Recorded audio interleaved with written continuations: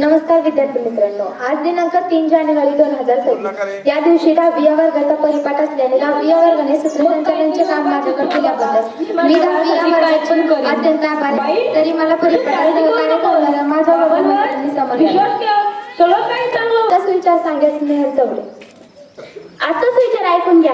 आयुष्यातला प्रत्येक क्षण हा आनंदाचा कारण इथे वसमोड नसतो. आजचाच विचार परत एकदा ऐकून घ्या. आयुष्यातला क्षण हा प्रत्येक क्षण हा आनंदाचा कारण इथे वसमोड नसतो. धन्यवाद स्नेहल. आजचा दिन विशेष सांगेल अनम. आजचा दिन विशेष ऐकून घ्या. 3 जानेवारी बालिका दिन सावित्रीबाई फुले यांचा जन्मदिन 1831. आजचा दिन विशेष परत एकदा ऐकून घ्या. 3 जानेवारी बालिका दिन सावित्रीबाई फुले यांचा जन्मदिन 1831. धन्यवाद अनम. यानंतर आजची दैनिक वार्ता सांगेल अनुष्का माने. आजची दैनिक वार्ता ऐकून घ्या. दूषित पाण्यामुळे इंदोरमध्ये 15 मृत्यू. आजची दैनिक वार्ता परत एकदा ऐकून घ्या. दूषित पाण्यामुळे इंदोरमध्ये 15 मृत्यू. धन्यवाद अनुष्का. यानंतर सामान्य ज्ञानचे प्रश्न विचारेल श्वेता चौरे. आजचे सामान्य ज्ञानचे प्रश्न ऐकून घ्या, उत्तरे द्या. मुलींसाठी प्रश्न आहे. पानिपताचे तिसरे युद्ध कोणत्या साली झाले? 1761. हिचे उत्तर बरोबर आहे. हिच्यासाठी 3 टाळ्या वाजवा. उत्तर आहे 1761. मुलांसाठी प्रश्न आहे. पृथ्वीवर सर्वात कठीण नैसर्गिक पदार्थ कोणता? प्रश्न परत एकदा ऐकून घ्या. पृथ्वीवर सर्वात कठीण नैसर्गिक पदार्थ कोणता? डायमंड.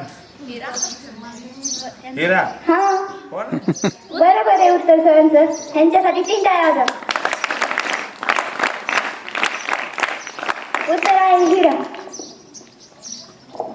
धन्यवाद श्वेता. यानंतर स्त्री शिक्षणाबद्दल इथे छोटंसं नाटक आहे.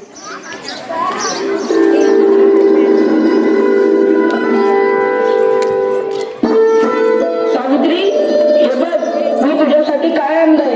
हे काय आहे की? अगं, असं काय करतेस? ही पुस्तके आहेत. या पुस्तकांचं वाचन कर. इश्श, आता ह्या वयात कसं वाटत ते? हे बघ सावित्री, तू मला लग्नाच्या वेळेस वचन दिलं होतंस. आता नाही म्हणू नकोस. हे तुला करावंच लागेल. आजपासून तुझा अभ्यास सुरू. अहो, पण लोक काय म्हणतील? किती बदनामी होईल आपली. लोक तू करतील आपल्यावर. स्त्रिया या घरातल्या कामातच बऱ्या वाटतात. असं बाहेर जाऊन नाही हो. बरं असू द्या, ही पुस्तके राहू द्या बाजूला. मला लय काम आहे ती.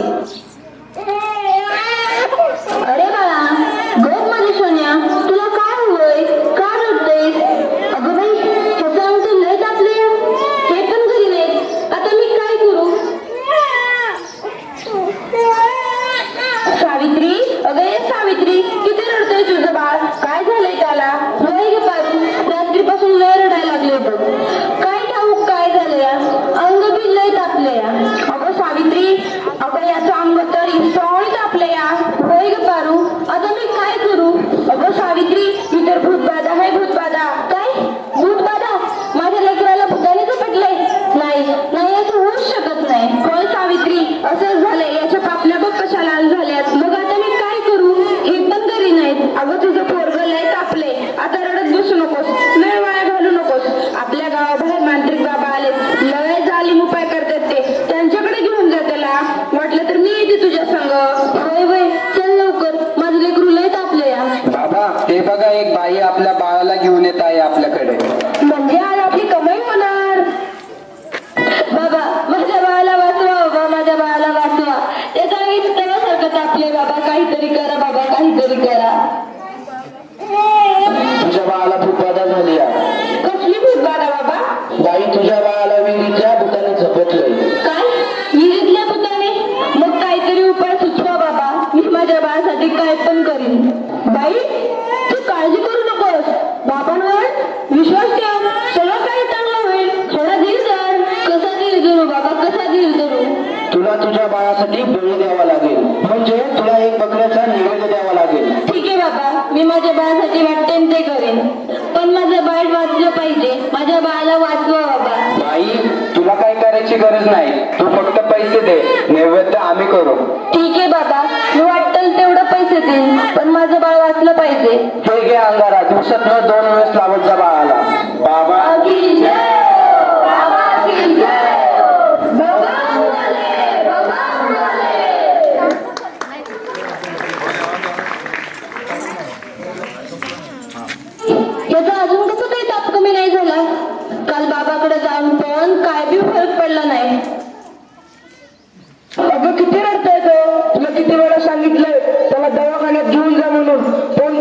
ऐकू नकोस.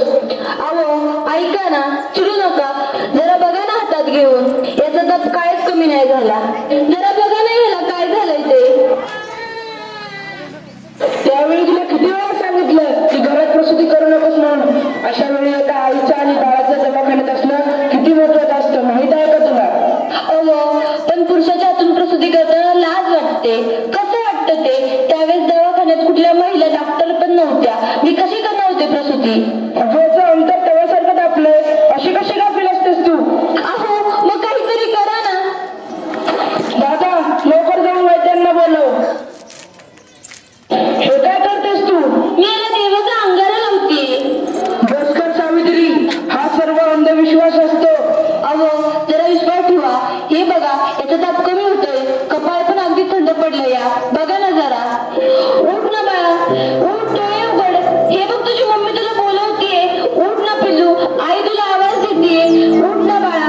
काय झालं? अहो याला काय झालं? हा उठत का नाहीये आणि डोळे पण उघडत नाहीये. ए बाळा उठ ना. काय झालं? अहो काय झालं याला? हा सात गप्प गप्प काय? ए उठ ना बाळा. काय झालं तुला? अहो बघा ना जरा. नाही राहणार मी अडाणी. मी शिकेन, मी नक्की शिकेन. कारण उद्या एखाद्या कुण्या आईला उपचाराच्या कमतरतेमुळे आपल्या बाळाला मुकावे लागणार नाही. मी शिकेन, मी नक्की शिकेन. शाबास सावित्री, शाबास. मला तुझ्याकडून हीच अपेक्षा होती.